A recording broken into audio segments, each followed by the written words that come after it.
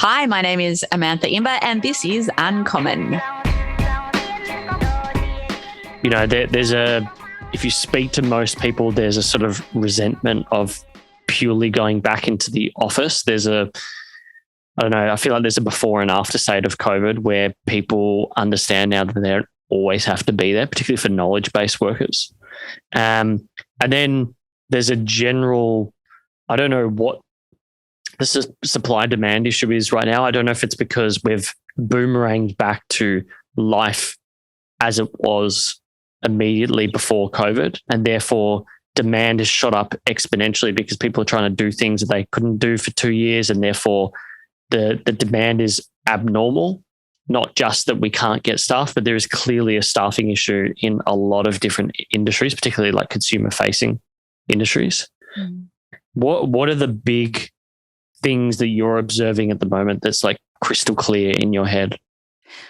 Well, one thing that's crystal clear is that I reckon unless you are offering an ultra flexible working environment in terms of not just where you work from, which is what everyone seems to default talking to, but when you work, like the hours that you work and how you work. Like, we have to be talking about output, not, doing a 40-hour week now, surely. I think that that's absolutely huge. And look, I know at Inventium, we've tried all sorts of various things about making a great place to work. And certainly one of my goals of starting a business, as well as doing great consulting work in the area that we work in, but was also to create the best workplace that anyone that ever works at Inventium has ever worked before. That has been a constant goal. I haven't always achieved that, haven't always been successful with that. But I would say right now with the team that we have, 11 of us, I reckon that would be true for everyone in the team, that this is the best place that they've ever worked. And I reckon moving to the 4-day week, which is where we pay people a full-time salary, people work for normal length days, so 80% of the time for 100% output. So the expectation is that they will produce the output that they would produce if they were a full-timer. That has been the most game-changing thing that we've done. Like just the balance that brings, and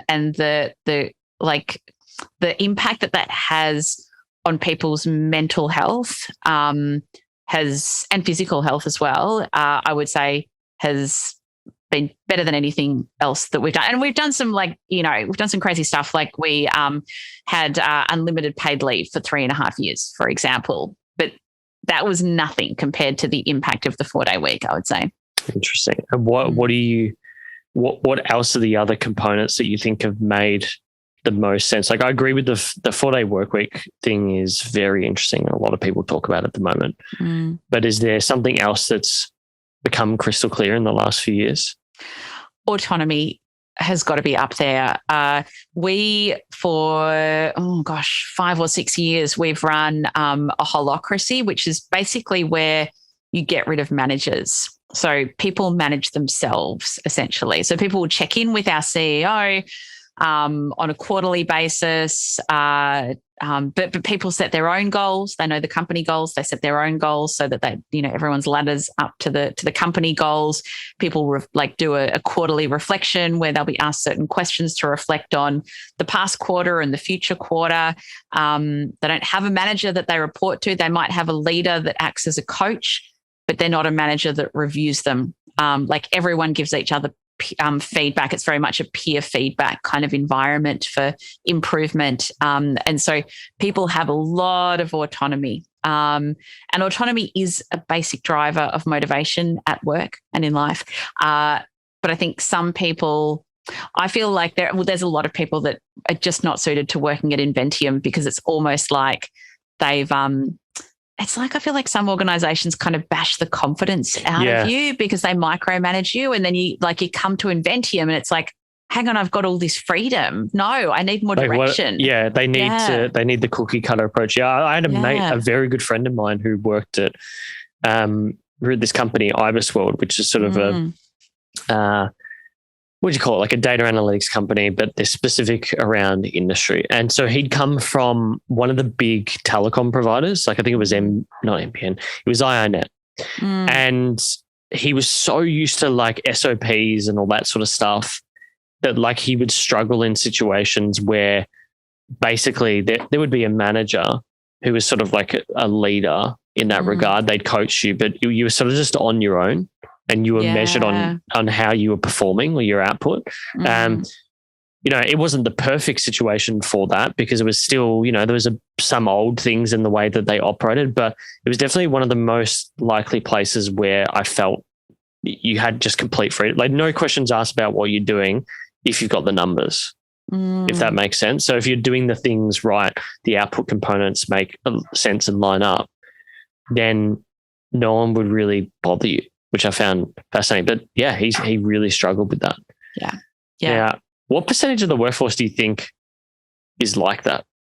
And is that personality or is that prior workplaces? Wow.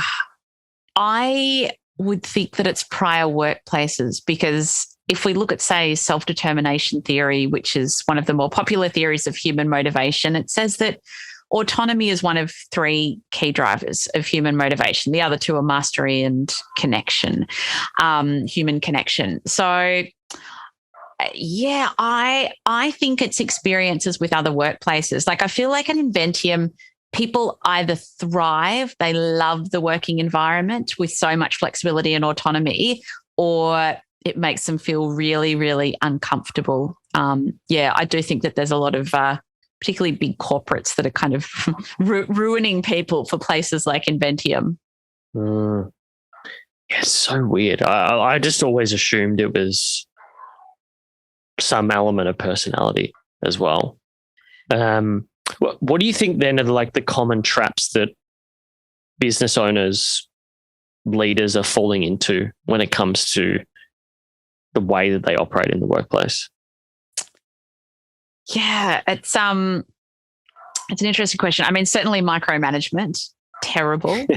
And certainly like from this research that SAP commissioned around curiosity called Capitalizing on Curiosity, they certainly found that managers who really encouraged curiosity in their teams, like that was super important for engagement. And certainly through the work that we've done at Inventium, I mean, companies that value innovation and creativity and curiosity, they have far more engaged employees because like as humans, we want to be working on interesting problems and solving those and feeling a sense of challenge in what we do. So I think that makes a lot of sense. So, I think managers that are really risk adverse are really killing people's motivation and engagement because they're like depriving them of the opportunities to explore and be curious.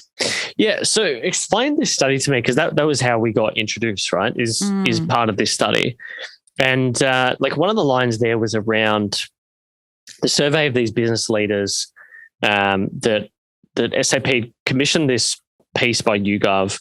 And there were some things in there that I was just like, I was perplexed by. Like they found that leaders who strongly agree that their organization has a curious culture, so annual turnover growth of 20% on average over the last 12 months. So they were saying that relative to other turnover, that it was higher.